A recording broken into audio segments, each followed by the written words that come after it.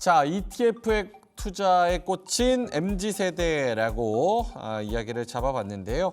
재작년에 이제 100조 원 시대를 열었던 ETF가 어느덧 160조 원을 바라보고 있다고 합니다. 2030 세대에서는 나 주식 모르겠고 변동성 너무 크다, ETF 하자, 이런 트렌드가 또 있다고 하는데요. 두 분과 함께 이야기를 나눠보겠습니다. 한국투자증권의 박지영 차장님 나오셨고요. 경제 유튜버 돈쌤 정현두님 나와 계십니다. 두 분 어서 오세요. 반갑습니다. 일단은 오늘 하락하는 시장에 대해서 코멘트를 짧게 듣고 가야 뒤에 내용이 조금 더 들어올 것 같습니다. 박지영 차장님부터. 사실 큰 이유가 없는데 네. 이게 시장에 그 양적인 것과 질적인 것들이 있는데 질적인 부분이 좀 안 좋은 것 같아요. 이유를 못 찾을 때 이런 이야기 많이 하는데 사실 수급이 그렇게 안 좋은 것도 아닌데 사실 주식 매매라는 게 누군가 파는 사람이 있으면 사는 사람이 있어야 되고 사는 사람이 있으면 파는 사람이 있어야 되는데 이게 살려는 사람들이 내가 주식을 산 생각이 전혀 없고 팔려는 사람들은 조금이라도 빨리 팔고 싶고 이런 심리가 있다 보니까 예전 같으면 주식이 어느 정도 떨어지면 이거 싸니까 사야겠다 하는 저가 매수가 들어오는데 지금은 그런 것들이 전무하다 보니까 미국 주식이 올라도 우리 주식은 떨어지고 미국 주식이 떨어지면 우리 주식이 더 떨어지고 뭐 외국인이 매도해서 떨어진다라고들 이야기 많이 하는데 외국인 기관이 파니까 이제 떨어진다라는 이야기를 하는데 그거를 이제 뒤집어서 생각해 보면 외국인 기관이 파는데 살 사람이 없다. 이게 지금 하락의 원인이 아닌가. 왜 안 살까요? 뭐 원론적인 이야기를 좀 드려보면 네. 사실 주식이라는 거는 기업 실적의 함수거든요. 근데 우리 실적 굉장히 좋습니다. 그러니까요. 네, 삼성전자, 하이닉스 뭐 실적 엄청 좋은데 뭐 그 외적인 요인들을 한번 좀 살펴보면 지금 뭐 주식 시장의 가장 큰 적은 부동산이거든요. 네. 근데 부동산 시장이 작년 한 해 좀 안 좋았다가 이제 반등이 좀 나오기 시작을 했습니다. 금리가 떨어지면 주식 시장이 좋다라고도 이야기 많이 하는데 부동산 시장이 더 좋거든요. 금리 떨어지니까 지금 빨리 집 사야지 막 이런 뭐 심리들이 좀 외부적으로 좀 있는 것 같고 우리나라가 2분기에 경제 성장률이 역성장했습니다. 그래요? 어제 발표됐죠. 마이너스 0.2%. 내수가 정말 안 좋은 상황이에요. 자영업자들 지금 다 죽어나가고 있습니다. 그러니까요. 수출은 잘 되고 있는데요. 내수 경기가 워낙에 안 좋다 보니까 뭐 월급 받아서 이자 내고 나면 사실 살기 팍팍하거든요. 근데 거기서 뭐 무슨 주식을 합니까? 그리고 올해 말에 그 금투세 이것도 지금 심리적으로는 굉장히 좀 타격을 주고 있는 것 같아요. 아직 시행된 건 아니지만 돈 많은 사람들도 그러면 이제 국내 주식에서 좀 빠져나가야 되나? 이런 상황이다 보니까 좀 심리적으로 좀 안 좋은 것 같아요. 오늘 한국경제 기사로는 강남 큰손들이 10월까지 금투세 관련돼서 뭐 해결되는 게 없으면 돈 다 빼겠다, 뭐 이런 이야기를 했다고 하는데 실제인지 아닌지 모르겠습니다. 근데 그게 심리를 대변하기는 하는 거죠. 자, 돈쌤님도 오늘 하락에 대해서 코멘트. 오늘은 이제 명쾌하게 금투세 때문에 빠지고 있다는 걸 시장이 알려주고 있는 거예요. 뭐 하루가 빠진 게 아니기 때문에 오늘은 이것 때문에 뭐 다음 날에는 뭐 고용 때문에 이것들 갖다 붙였지만 사실은 다 금투세 때문에 빠지는 거죠. 아까 그 매수세가 없다라고 말씀 주셨는데 매수세를 만들 수가 없잖아요. 이런 시장을 할 수가 있습니까? 이걸 산 게 이제 사지를 못하게 만드는데 제도적으로 장기적으로 시장을 확대하겠다는 정책이 나오고 있는데 여기서 저가 매수를 뭐 빨리 할 이유는 전혀 없지 않습니까? 차라리 한다 하더라도 금투세가 시행이 되면 어떤 형태로 시행이 될 것인지 뭐 이런 것들이라도 뭐가 나와야 되는데 그런 것도 없이 지금 팽팽하잖아요. 팽팽하고 시장의 기대감은 이건 너무 과했고 대만의 기업도 있기 때문에 유예가 되든지 좀 대폭 완화가 될 거란 기대감도 없지 않아 있었는데 지금 이제 양당의 그 대표가 회담을 한 이후에는 오히려 더 후퇴를 했잖아요. 유예도 어렵다 이런 식으로 나오니까 사실 뭐 이런 시장을 사는 게 더 이상한 거죠. 원래는 뭐 엔달러랑 일본 핑계도 조금 됐었는데 오늘은 일본이 0.2% 오를 때도 우리나라는 2% 떨어지고 있었으니까. 지금까지 이유가 다 무효됐는데도 급락을 하는 거는 이제 금투세 하나뿐이다. 금투세처럼 강력한 의지로 밸류업을 반대로 했으면은 그렇죠. 지금 정반대겠죠. 좋았을 예, 텐데 정반대겠죠. 세금을 악착같이 걷고 소득이 있는데 세금이 있다. 이건 네. 당연한 거다. 근데 예. 소득이 없는데 왜 자꾸 세금을? 꿈에는 세금을 매길 수 없다는 네. 것이죠. 알겠습니다. 자, 그래서 어쨌든 시장은 떨어지고 있고 시장은 항상 옳기 때문에 이걸 받아들여야 되는 그런 상황입니다. 이 중에 하나로 특히나 이제 MZ 세대는 뭐 주식 공부하고 변동성 맨날 체크하고 이런 것도 어렵고 내가 개별 주식 못하겠다 그래서 ETF 쪽에 많이 자금이 쏠리고 있다고 하는데요.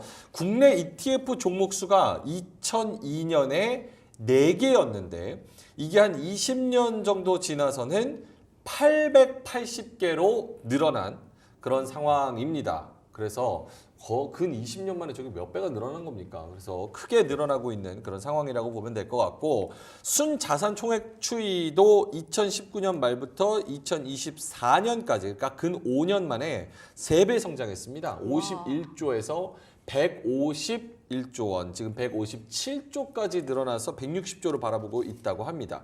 2030들이 여기서 주식보다는 ETF가 낫다라고 하는데 이게 어떤 의미로 해석을 해야 됩니까, 박지영 차장님? 제가 40이어서 잘 모르겠는데.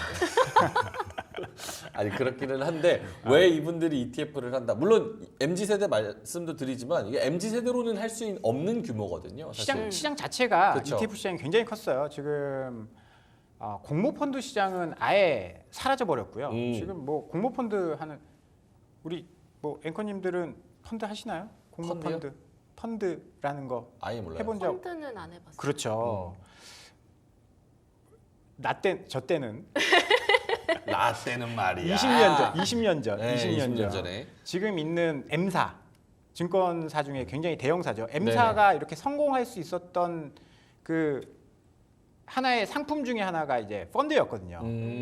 뭐 디스 땡땡, 디스커버 땡 이런 펀드들이 정말 선풍적으로 팔렸습니다. 그러면서 이제 컸는데 지금은 아예 싹 다 사라졌죠. 다 이 운용사들이 ETF 시장으로 넘어갔고 ETF가 굉장히 합리적인 상품이에요. 우리가 주식 투자를 할 때 가장 이제 지켜야 될 원칙들이 있잖아요. 네. 일단은 분할 매수. 또 하나가 뭐가 있을까요? 분할 한 바구니에 담지 말라. 분산 투자. 분산 투자. 분산 투자. 네. ETF는 이 분산 투자에 아주 최적화되어 있는 상품입니다. 그러니까 한 종목만 사면 굉장히 위험할 수가 있어요. 그 종목이 오르거나 내리거나 뭐 하면 거기에 따라서. 네. 그런데 ETF라는 거는 그 지수라는 걸 형성을 해서 거기 여러 종목이 담겨 있는 걸 한 번에 사기 때문에 리스크를 좀 줄일 수 있고 합리적인 투자를 할 수 있는 정석적인 투자를 할 수 있는 그런 방법이다 보니까 굉장히 크게 성장을 했고 그리고 2011년 이후에 전체 시장 자체가 패시브 시장으로 움직였습니다. 액티브, 패시브라는 것을 알아야 되는 액티브라는 거는 내가 조금 더 열심히 해가지고 좋은 종목 구해서 시장보다 조금 더 높은 수익을 내겠다. 네. 이게 액티브 시장이고 액티브하게 움직여서 네. 패시브, 난 소극적으로 해서 시장만큼만 먹을 거야. 코스피 200만큼만 먹을 거야.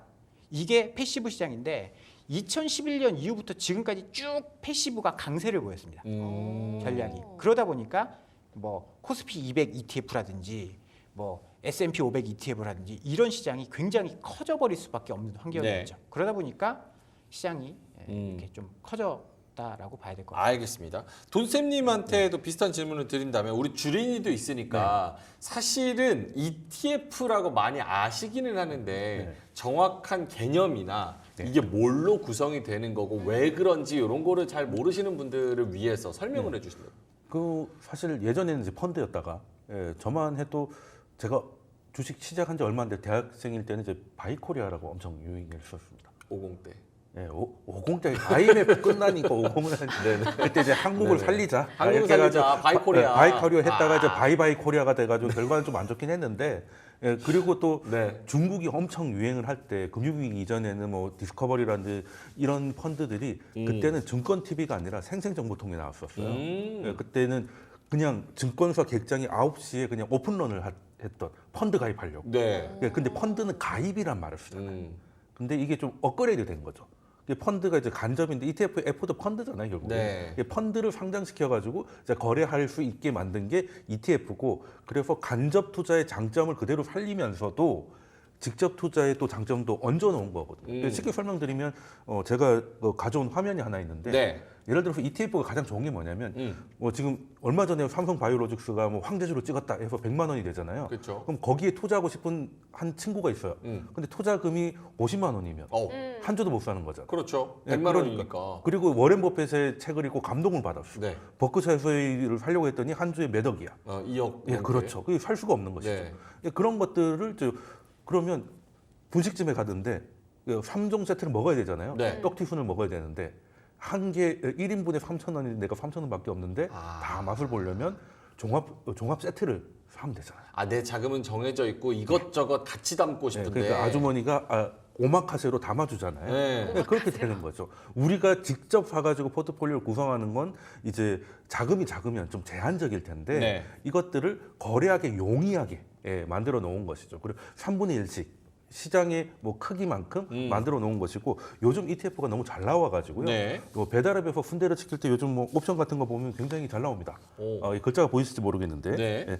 그 뭐 내장을 어떻게 주세요 뭐 이런 것들이 있잖아요. 이런 것들이 굉장히 디테일하게 있는 게, ETF도 예전에는 그냥 지수 ETF, 뭐 코스피백을 추종합니다, 뭐 나스닥을 추종합니다 이 정도였는데, 그 안에서 S&P 500을 추종하면서도 기술주는 좀 빼서 그 변동성을 좀 줄이고 싶은 이런 분들도 계신 것이고, 아니면 배당도 조금 데일리 매달 나오는 배당을 원하시는 분들이 있고, 애뉴얼하게 나오는 게 있잖아요. 네. 그런 것들이 옵션이 다 지정되면서 굉장히 투자하는 데는 굉장히 편해진 건 사실이고, 우리가 한 10몇 년 동안 가장 눈에 보이지 않는 최고의 히트 상품 중에 하나가 아닐까 생각을 하고 있고, 사실 MZ들은 원래 ETF가 아까 말씀하신 대로 좀 안전하게 분산 투자 이렇게 하려고 했는데, 지금은 좀 더 나가서 3배짜리 이런 걸 많이 하세요. 곱하기 2, 네, 곱하기 앞에 4. T자 붙은 거 있잖아요. T 붙으면 3배예요? 네, 그렇죠. 트리플이라? 네, 뭐 그 트러플이라고는 아니긴 하던데 일단은 3배긴 합니다. 그러니까 나스닥을 할 때도 그냥 나스닥에 투자하니까 너무 싱거워. 네. 그러니까 3배짜리 할 거야. 솔직히 ETF에서 몇 % 올라요, 그렇잖아요. 그러니까요. 일단 가면 3배지. 트리플 가면 해야죠. 3배고. 네. 2배가 요즘 기본이고요. 네. 1배 한다 이러면 예전에 채권 투자자처럼 보잖아. 그래서 곧버스 하는 네, 게 뭐. 그게 인버스의 곱빼기에서 그렇죠. 곧버스. 우리나라에는 이제 3배짜리는 없잖아요. 어. 해봐야 이제 곧버스인데, 뭐 미국은 각 방향별로 3배짜리까지 다 있으니까, 뭐 나스닥 투자한다라고 열어보면 TQQ를 기본으로 구석구석 찾아보면 막 10배, 30배도 있던데. 우와. 그런 거는 이제 유럽에 있는 ETN, 뭐 테슬라를 좋아하시는 분들은 테슬라 5배짜리 이런 거, 급속 충전 이런 거 있잖아요. 뭐 급속 방전도 되긴 하지만 투자도 급속 충전으로 네. 급속 방전, 충전과 급속 방전 충전. 하면서 계좌가 이제 먹는 것이죠. 알겠습니다. 감보노님이 요즘은 퇴직연금으로도 ETF 많이들 하시죠. 이렇게 유행인 것 같습니다. 그럼 지금 ETF 관련해서 되게 구체적으로 잘 설명을 해주신 것 같은데, 이게 국내 ETF도 있고 해외 ETF도 있잖아요. 차장님, 각각 어떤 차이가 있는 거예요? 양도세랑 이제 배당세 그 차이가 있고, 뭐 상품별로 다 차이가 있고, 한 해 노출되느냐 뭐 그렇지 않느냐 그 차이들이 있고요. 아까 이제 고퍼스 이야기가 좀 나와서 네. 뒤에 좀 하실지도 모르겠는데, ETF를 투자할 때 사실 2배, 3배 인버스 이게 굉장히 매력적이죠. 네. 그런데 굉장히 큰 리스크가 있습니다. 뭐요? 이 주식이라는 게 사실 상한가를 한번 맞고 하한가를 맞으면 어떻게 될까요? 복리 효과가 나타나서 손실이 나죠. 네, 손실이 나죠. 그러면 하한가를 맞고 다음날 상한가를 가면 어떻게 될까요? 그러면 이제 그거- 원금 회복이 안 되죠. 그렇죠. 네. 다 원금 회복이 안 됩니다. 음. 2배, 3배짜리 리스크 ETF는 그것 때문에 리스크가 더 커지거든요. 우리가 그렇네요. 레버리지 ETF를 하면 내가 이 투자한, 예를 들어서 코스피 200 레버리지 ETF다. 그러면 네. 코스피 200에 2배로 내가 수익을 날 거라고 생각을 해요. 맞아요. 근데 단일의 변동성이 2배라는 거지. 예를 들어서 8월 1일 날 코스피가 1000이었다가 8월 30일 날 2000이 되면 네. 레버리지는 200% 수익이 날 거다. 그렇죠. 그렇게 생각을 하는데 네네. 그렇지 않습니다. 어? 왜냐하면 당일 변동성의 2배라는 얘기지, 한 배 올라 뭐 100% 오르면 이건 200% 수익이 난다라는 게 아니거든요. 그게 왜 그러냐면 지금 옆 자료가 나오는데 네. 인버스도 그렇고 레버리지도 그렇고 예를 들어서 레버리지 인버스에 투자를 했다. 이게 처음에 시작가가 10,000원이었다. 네. 근데 첫날 10% 하락하면 그냥 인버스는 10%가 오릅니다. 11,000원이 되겠죠. 레버리지 인버스는 12,000원이 됩니다. 아. 근데 그 다음날 10% 하락하다 10% 오르면 11,000원짜리는 이게 11,000원에서 10%가 떨어지기 때문에 9,900원이 됩니다. 근데 요건 12,000원에서 10%가 떨어지기 20%가 떨어지기 때문에 9,600원이 돼요. 수익률을 보면 마이너스 1%, 10% 오르고 10% 떨어졌는데 마이너스 1%인데 레버리지는 마이너스 4%가 돼버려요. 그렇네요. 그러니까 원본 자체가 굉장히 크게 변동하기 때문에 변동성이 커지는 그런 효과가 있기 때문에 주린이 알아들었어요? 못 알아듣겠죠. 알아듣지는 못했는데 예금해요 모르겠어요. 하나 있어서 일단 빨리 빼야겠다는 생각은 했습니다. 그러니까 이게 박정희 차장님 말씀은 이거죠. 이게 결국은 2배 올랐음에도 그 안에 내렸다 올랐다 내렸다 올랐다 이게 변동이 굉장히 크기 때문에 내릴 때도 손실 많이 보고 오를 때는 오히려 좀 덜 갈 수밖에 없는 구조기 때문에 왜냐하면 원본이 작아지기 원금이 때문에 줄어들잖아요. 원금이 줄어들기 때문에 내려가야 2대 2원금에서 돼. 2배 오르면 그 효과가 조금 상승 효과가 적어져요. 그런데 이미, 그렇게 계산을 하면 그런데요. 네. 그게 이렇게 설명을 해도 그 친구들이 받아들이질 않는 이유가 어느 시장의 ETF를 샀느냐가 중요한 것인 거죠. 그러니까 3배짜리를 샀을 때 저런 계산도 있지만 수수료도 비싸요. 그래서 3배짜리 수수료. TQQQ 같은 그러니까 우리 MZ들이 가장 좋아하는 ETF 있잖아요. 나스닥 100 3배짜리.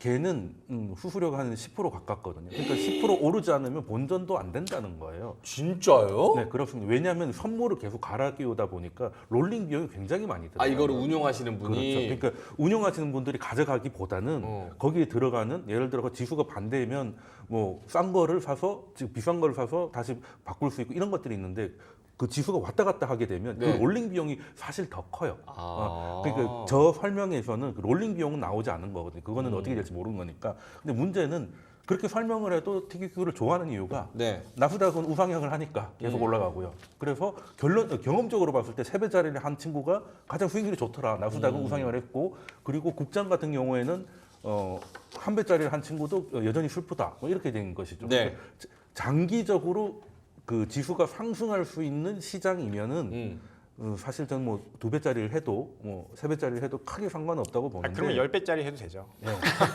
근데 그렇게 되면 롤링 비용이 너무 세지니까. 수수료도 있고. 그거를 제가 준비를 했는데 네. 기억나실지 모르겠지만 2020년 코로나 팬데믹 때 유가가 마이너스 네, 맞아요. 빵원이 갔어요. 마이너스 유가. 그때 사람들이 야 이게 당연히 유가 빵원이 말이 되냐 마이너스가 말이 되냐 그럼 어떻게 해야 되겠어요? 사야죠. 원유를 사야죠. 원유를 살 수 있는 방법이 뭐가 있을까요? 글쎄요. 중동 가서 네. 이렇게 말통 들고 가서 그렇죠. 아니면 주유소 가서. 그런 농담이고 진짜 왜 우리 주린이 놀려요? ETF가 상장되어 있습니다. 네. WTI ETF가 상장되어 있는데 그 네. 당시에 여기 보시다시피 유가가 빵원 갔잖아요. 와, 지금 투자하면 대박이겠다라고 그렇죠. 했는데 빵원까지는 안 갔죠. 왜 그러냐면 이게 사실 원유에 현물에 투자할 수 있는 상품은 거의 없습니다. 그건 직접 가서 말통 들고 사오는 방법뿐이 없는데 유조선 몰고 가거나 네네. 선물 거래를 하는 거예요. 선물 거래를 해야 되는데 선물 가격은 빵원까지 안 떨어졌어요. 그럼 15원까지 뭐 15달러까지 떨어졌는데 여기서 그 다음에 올라오는 게 중요하죠. 아까 우리 돈쌤님께서 이야기하신 것처럼 선물은 롤오버 비용이 들어요. 그래서 선물이 과대평가되어 있으면 롤오버 비용이 굉장히 비싸거든요. 그러니까 뭐 3월에서 6월로 내가 3월 선물이라는 거는 3, 6, 9, 2월 시키는 거죠. 3월 달에 이제 끝나는 건데 그러면 그거를 다음 월물을 다시 사야 되는 겁니다. 근월물을 팔고 원월물을 사야 되는 겁니다. 아 그렇죠. 네 이해하기 어렵죠. 어쨌든 롤오버 비용이 많이 들어서 어떤 현상이 나타나냐면 네. WTI는 이렇게 많이 올랐는데 75불까지 이렇게 급등했는데 ETF 그냥 그 자리였습니다. 그러네요. 비용이 굉장히 많이 들었기 때문에. 그런 경험들이 ETF 있기 하신 때문에. 분들 차라리 다행이죠. 그때 해외 선물하신 분들 골로 가신 분들 진짜 많습니다. 네, 그때 원유가 제로라는데 안 사고 100이겠어요?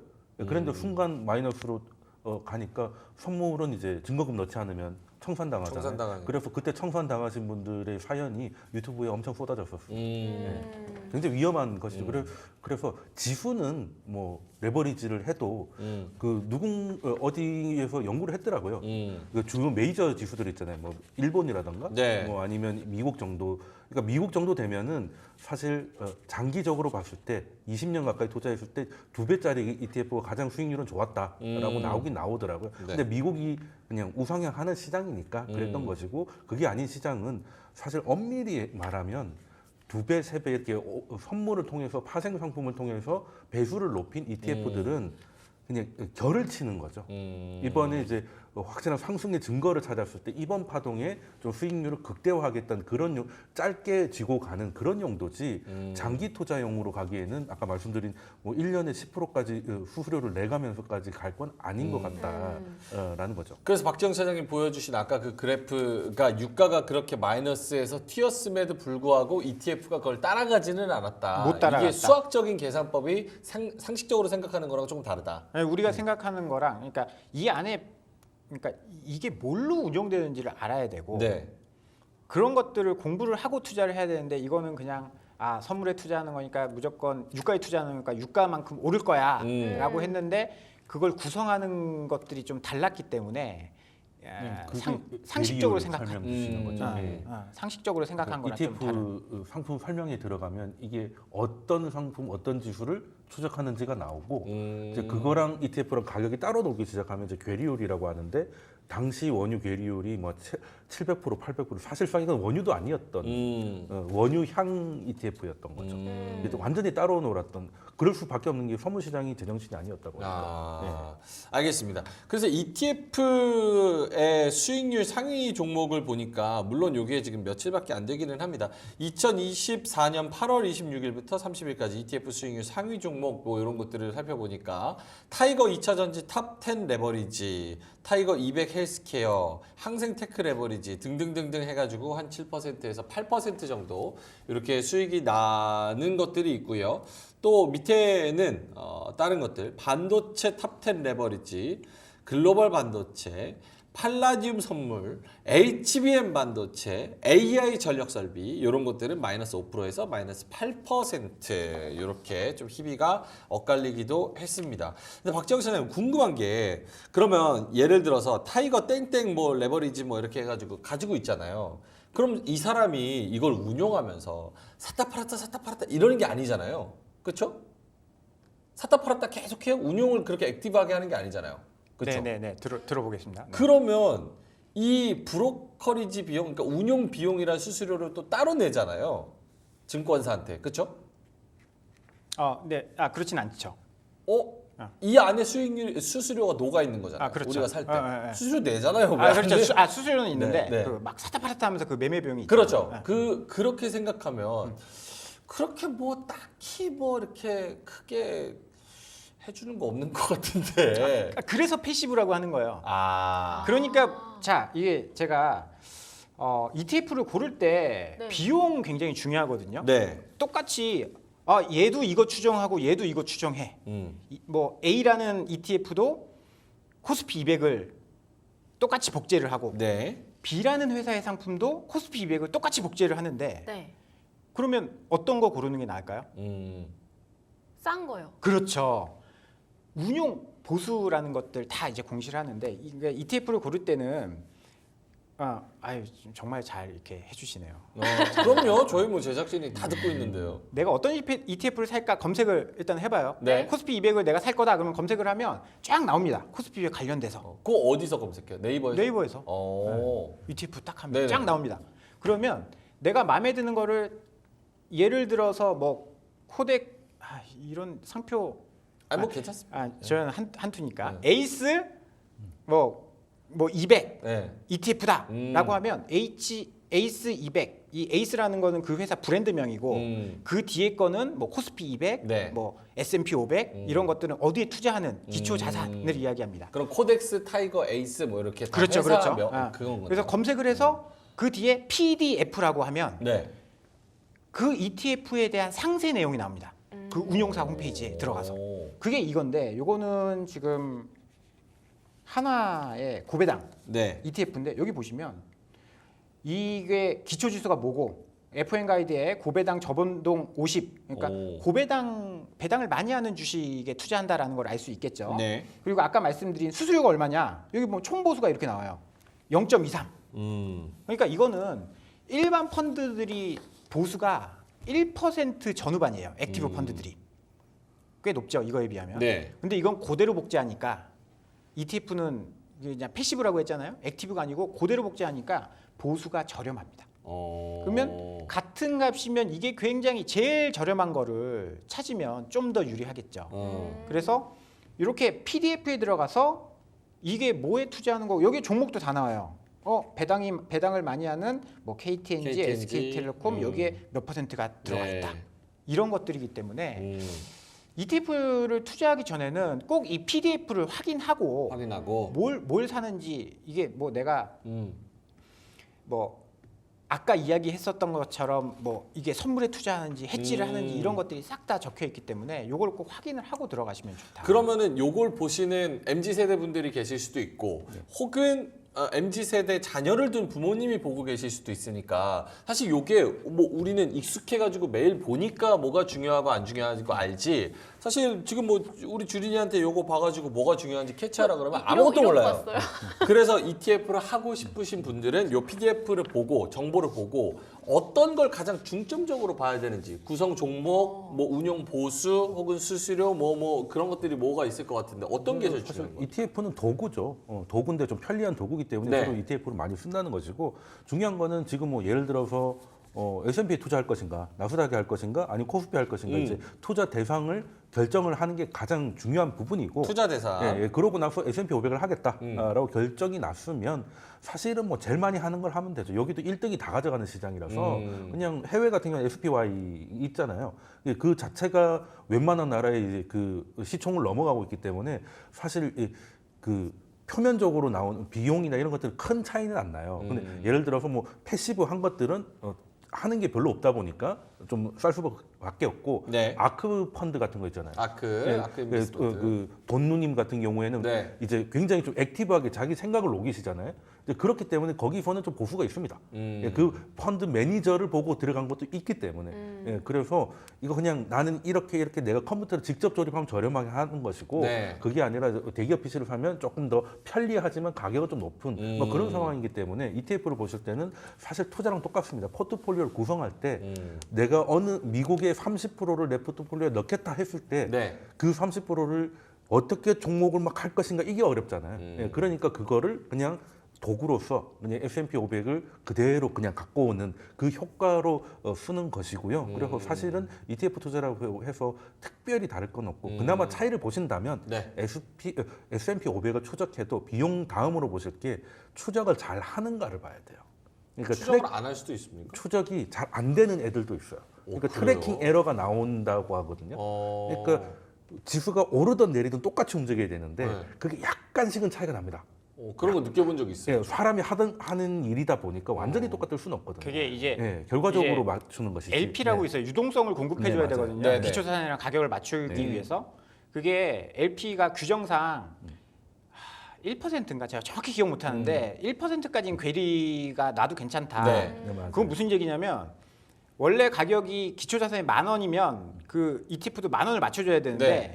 뭐 9,950원 네. 막 이렇게만 LP가 맞춰주는 거예요. 아. 그러니까 그게 LP가 굉장히 촘촘하게 돼 있고 그런 것들을 하시는 게 네. 좀 더 유리하다. 아. 거래가 많은 게 많은 거일수록 좋겠죠. 그래서 거래 많은 게 이제 유리한 거죠. 거래 많은 ETF가 유리하고 일단은 내가 어디 투자하고 싶은지 뭐 반도체인지 종목도 2차 전지인지. 거래가 없는 종목 할 때는 팔 때가 겁이 나잖아요. 그 ETF도 똑같습니다.